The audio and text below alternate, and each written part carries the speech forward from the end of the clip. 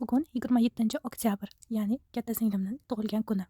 U bugun 18 ga to'ladi. Kelinglar uni tortini sizlar bilan birgalikda bezatamiz. Ko'rib turganlaringizdek, tortni 2 qavat nachinkadan foydalanganman, ya'ni shokoladni hamda banan va malinadan. Kelinglar bugun sizlar bilan opa-singillar haqida gaplashamiz. Menimcha hamma opa-singillar yoshligida bir-biri bilan urushib, tortishib, talashib katta bo'lishgan va shu qatorda biz ham oilada 3 ta qiz farzandmiz. Eng kattasi o'zimman. Yoshligimizda shu singlim bilan, hozir 18 ga to'ladigan singlim bilan juda ham ko'p urushib, tortishib turardik. Va u 5-sinfga o'tganida Toshkentga o'qishga ketdi. Shu bilan u 1-sinfni bitirib Navoiyga qaytib keldi. Shu 7 yil mobaynida Navoiyga kelib, Toshkentga ketib, vaqti juda ham ko'p Toshkentda o'tganligi uchun shu vaqtda men bildimki, opa-singillar bir-biriga qanchalik kerakliligini. Har safar men uyga boryapman degan vaqtda shunaqangi xursand bo'lardim. Keyin o'qishim boshlandi, Toshkentga ketadigan bo'ldim deganida rosa yig'lardim. Va shu payt aytamanki, men seni yaxshi ko'raman Shabnam. O'zingga to'g'ri bu gapni ayta olmasman, balkim uyalarman o'zingga aytishga, lekin men seni ham Parizodani ham juda ham yaxshi ko'raman. Parizoda esa bu meni kichik singlim. Uni o'ziga bu gaplarni aytmayman, chunki aytganimda erkalanib ketishi mumkin. Va meni singlim uchun tayyorlagan tortim ham tayyor bo'ldi. Uyga borib, uni tabrikladim. Uni emotsiyasini ko'rsanglar bo'ladi. Ovozi bilan qo'ya olmadim, chunki o'zim ham gapirib qolgandim orada.